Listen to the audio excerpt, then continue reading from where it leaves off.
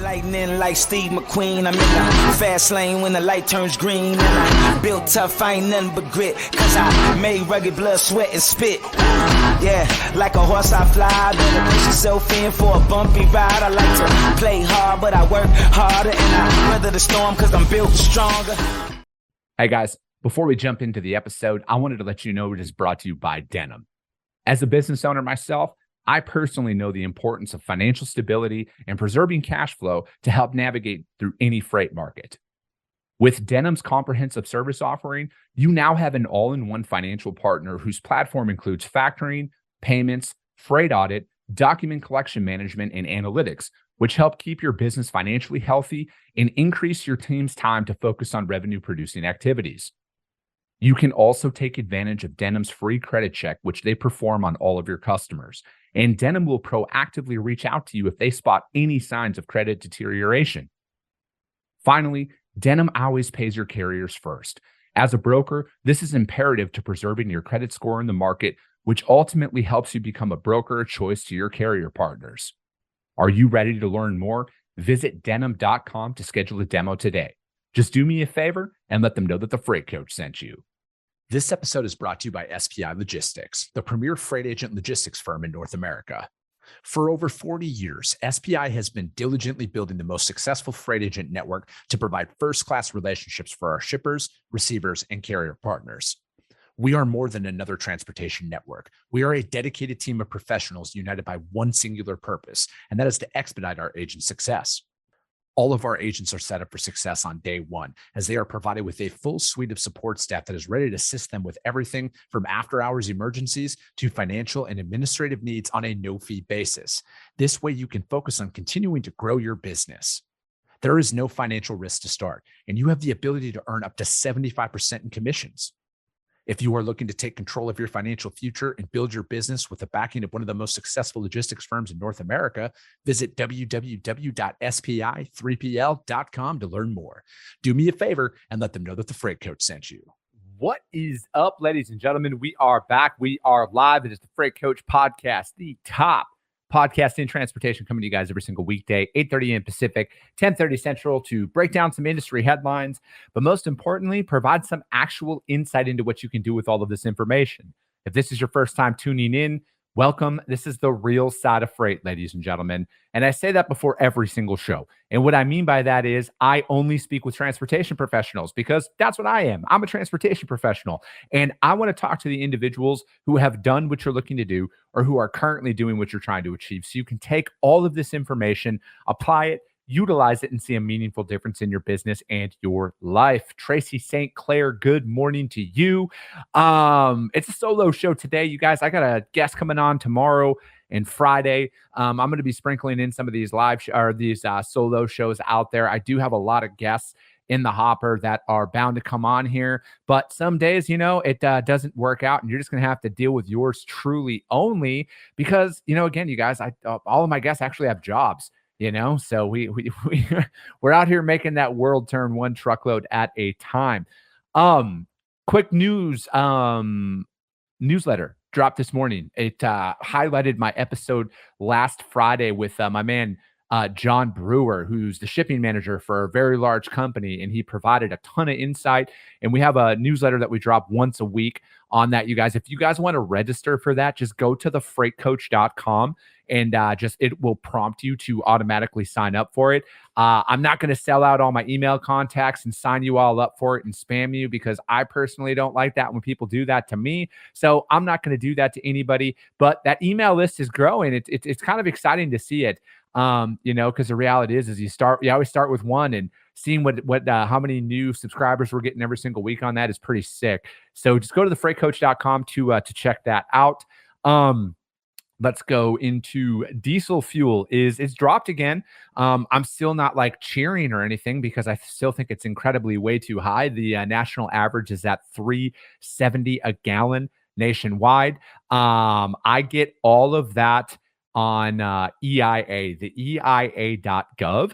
And that's just what I think is a good indicator on where things are trending, where things are going, especially if you have customers out there who charge line haul plus fuel. That gives you a great idea on where rates are trending for the upcoming weeks or stuff like that. And, again, I think that it's a very real thing that a lot of customers do. Line haul plus fuel, especially out there in the RFP season. So pay attention to that, you guys. It gives you a better idea on the fluctuations of fuel prices throughout the year.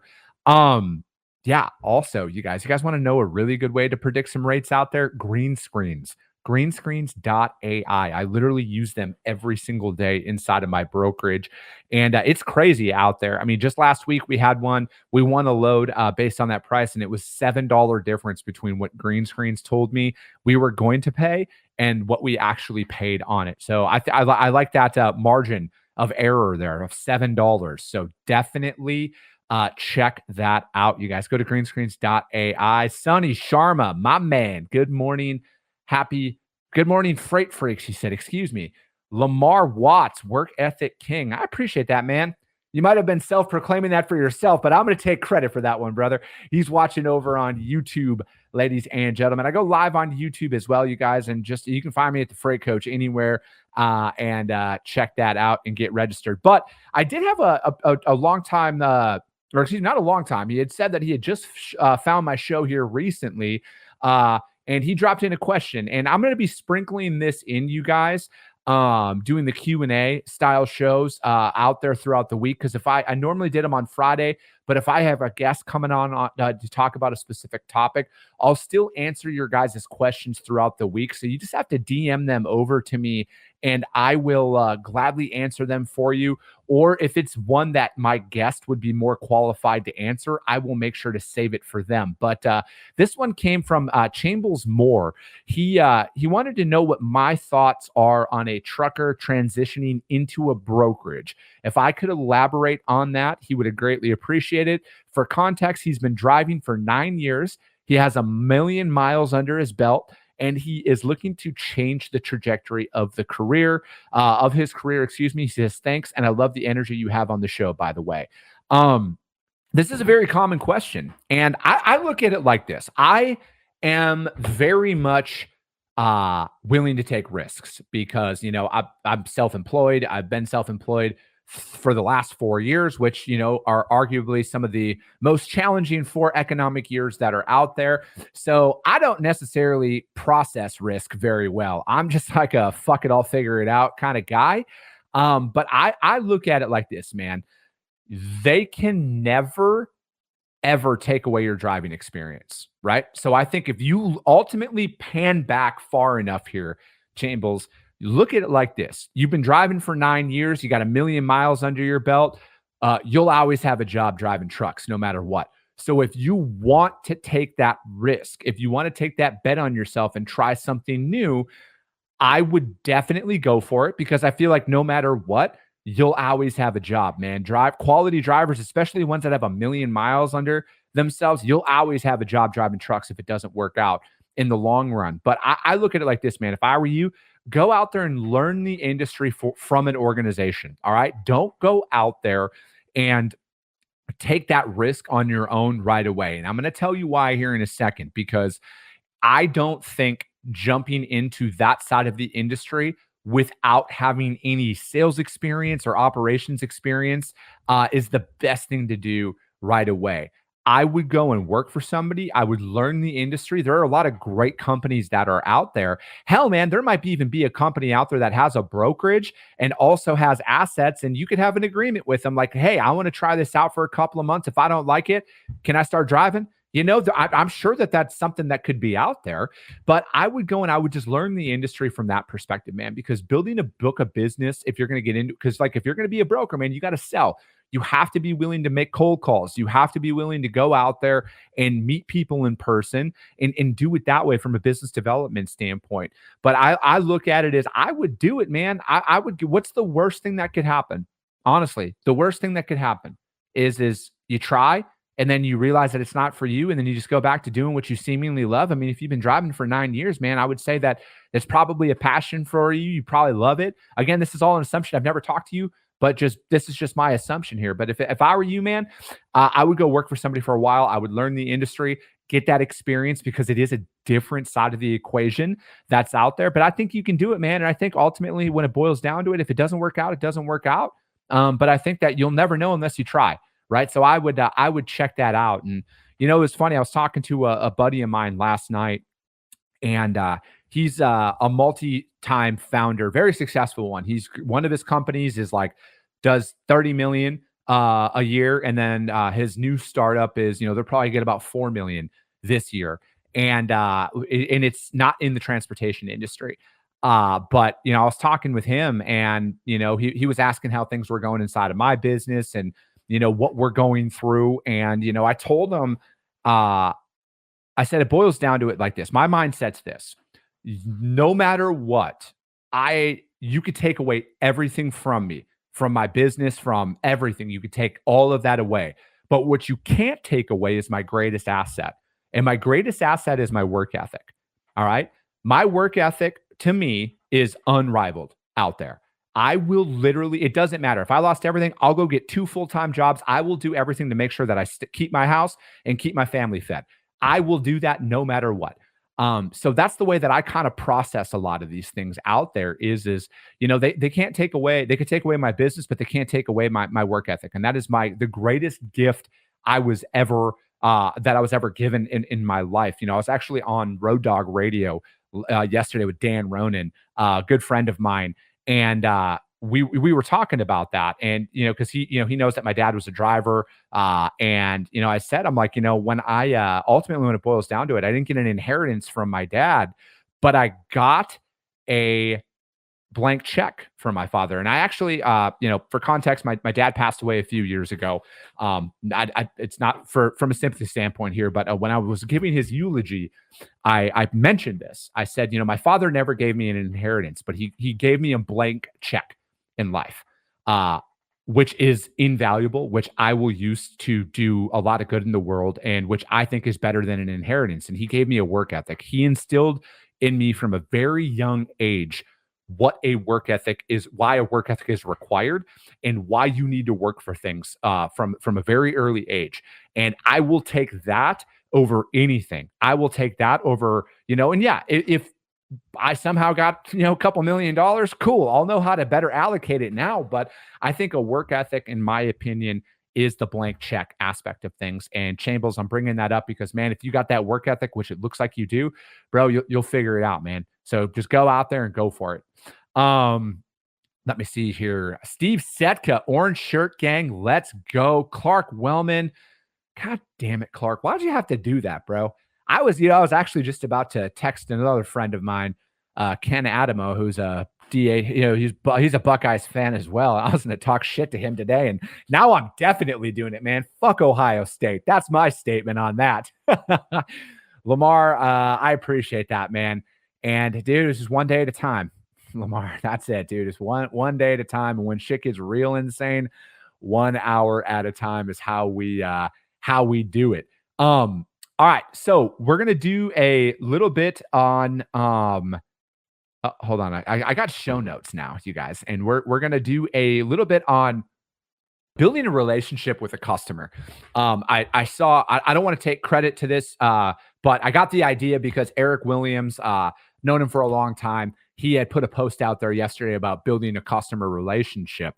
And, I'm like, what, I want to talk about that because I've done that numerous times, and I'm in the process of something right now, which once it's all cleared up, I will provide further insight into it about what being a partner and building a relationship really is. And I think that there's a lot of emphasis put on just like printing money, right? Like ultimately that's what it boils down to, right? We're all here to make money, but a relationship isn't one-sided. A relationship isn't just you winning at your customer's expense or at your carrier's expense. And I know that there's a lot of people out there that might operate in that capacity, and I'm not here to talk about that. But I think as a broker, you do have to have that balance, right? Because my carriers are my customers. My carriers are a direct reflection of me and my organization out there in the market to my shippers, my receivers, and my customers alike, right? So I want to set them up for success from day one, from very first shipment. I want to give them everything that they need to be successful with us. That's calling, verifying information, making sure the load's ready, making sure that the receivers, if there's an appointment, yada, yada, yada, we can go down the list. On that, I want to set them up for success because ultimately that reflects onto my customer and building a relationship with them, because anybody can do this job when it's easy. All right. Anybody can go out there, cold call a shipper, and then post a load, and then you get a truck, and then you make a little bit of money on that. Anybody can do that when it's easy, but very few people, and I might be just pulling this number out of my ass, but I've been on this earth for 38 years, and I feel comfortable saying 99% of people fucking quit when things get hard. They quit when things get challenging. They back into a shell, and they wait for the storm to pass. But what you're missing in that moment is what is required to build a relationship, right? Like we all go, I look at it like this: building a relationship with a customer is kind of like building a relationship with your wife, your husband, or, your significant other.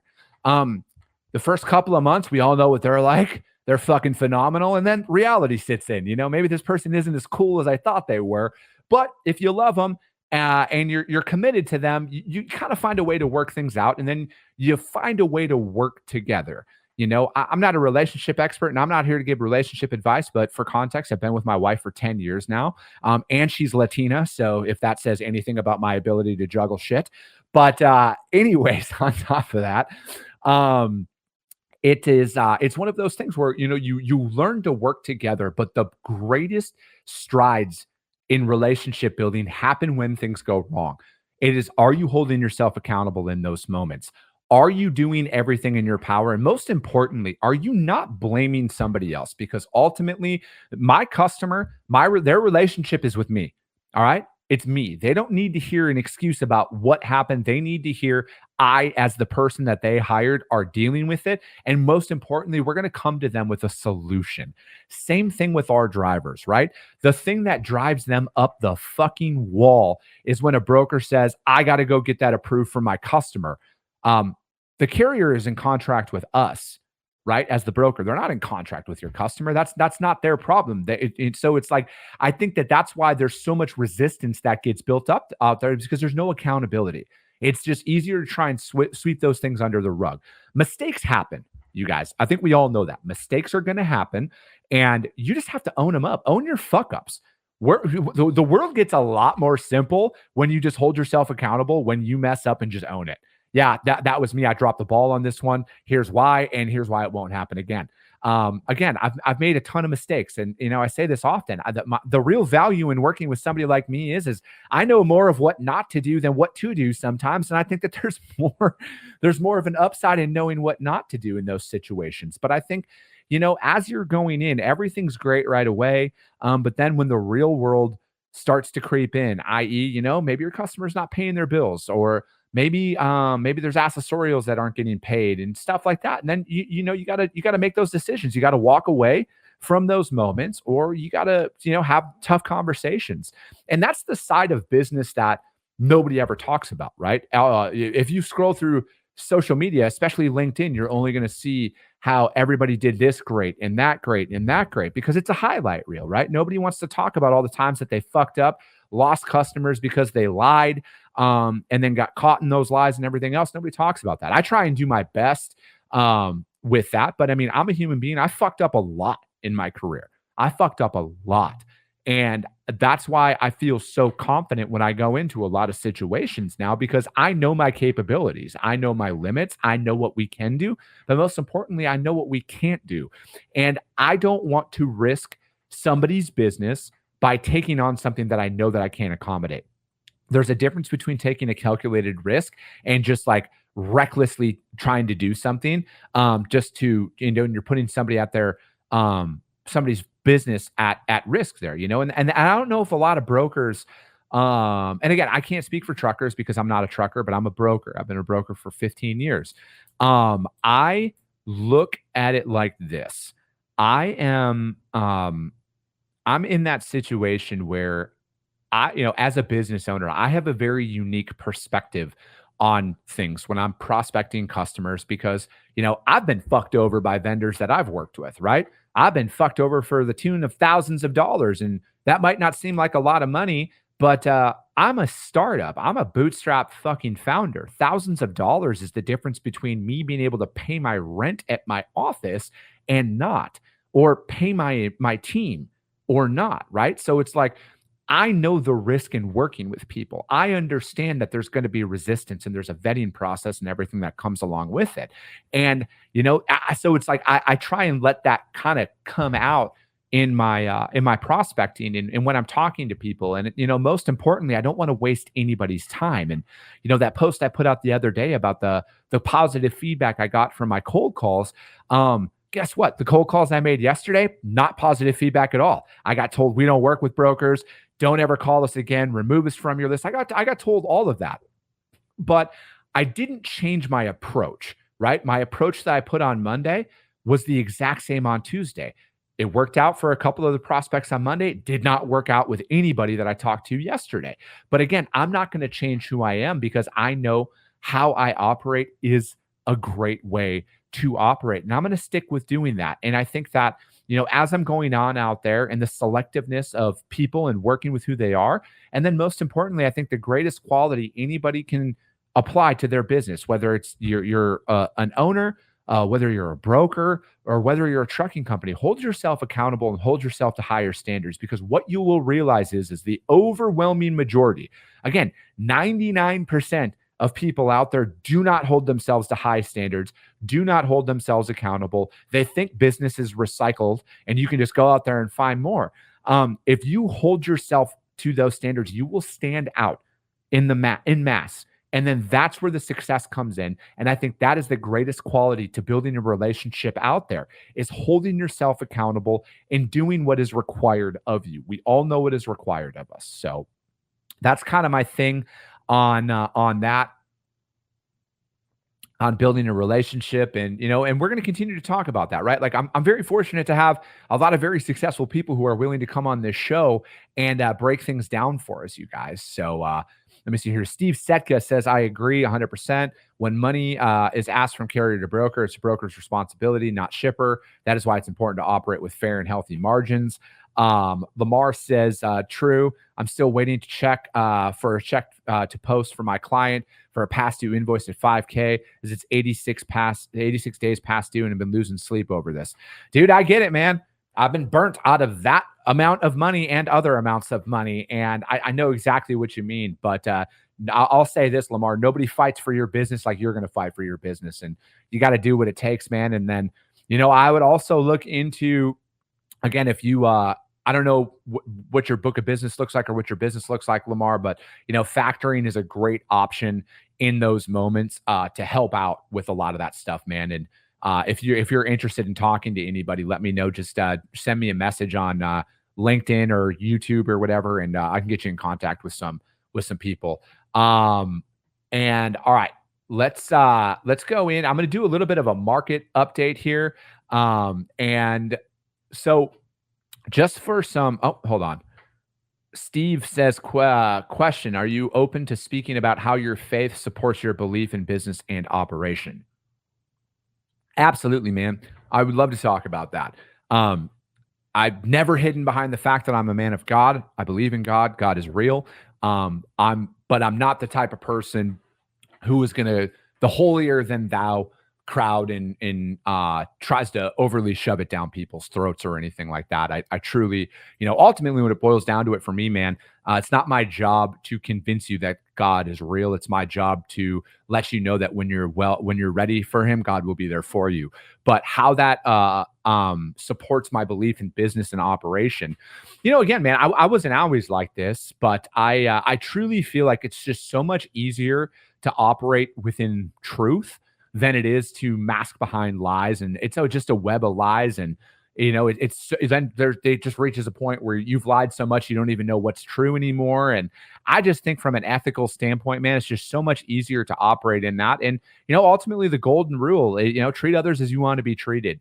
And I think that, the more you have good intentions behind what you do, And if your intent is true and your intent is good, I think good things are going to happen, and I think you're going to be rewarded for that. And I want to lead by example, right? Most importantly, I don't want to just talk about things. I want to lead and I want to act upon it because, I truly think most words are meaningless, and I think everybody's actions will always tell a completely different story out there. I really do, man. I think I was given some really good advice earlier this year, and they said sometimes you just got to watch everything as a silent movie because people will always tell you what you want to hear.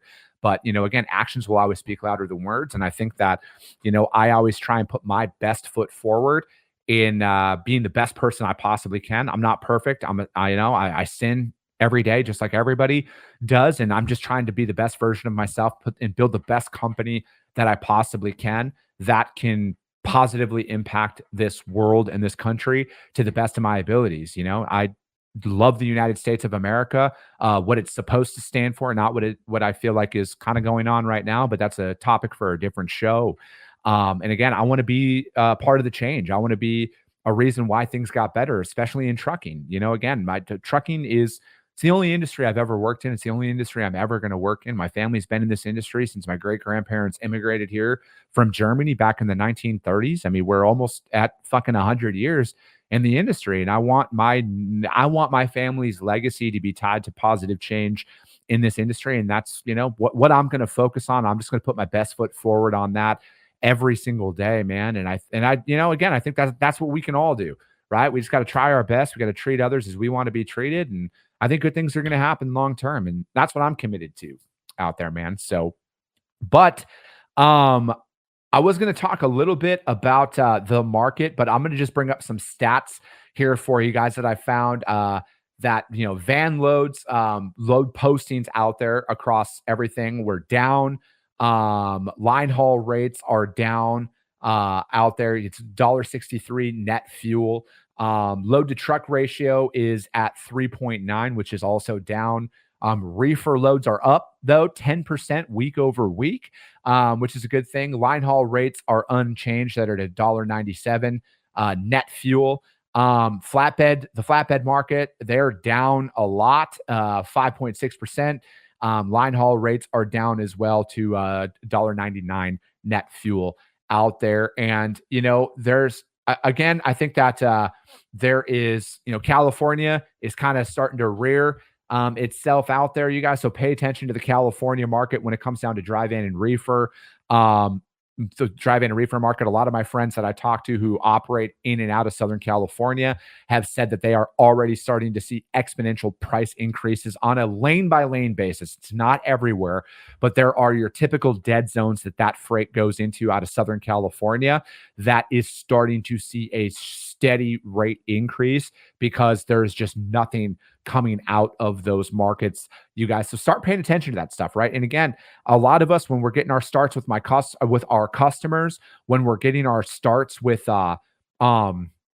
newer, again, back to the relationship building, really play to your strengths out there in there, especially right now as the market continues to fluctuate, and we will see how things tend to shake out. But that will be it for today, ladies and gentlemen. We will be back tomorrow. We got a guest coming on tomorrow. We got a guest coming on Friday. Good buddy of mine is coming on Friday. And yeah, we're going to talk about how some drivers can win some more direct freight out there. Tomorrow is going to be about a warehousing company and their expansion out there, and how do you guys get in contact with them about cross-border freight. But as always, you guys, if you guys got value in what you heard, subscribe to the show, you guys. Share it out there to your network, because if you see value, your network's going to see value as well. I appreciate you guys. I love you guys, and we'll be talking to you soon.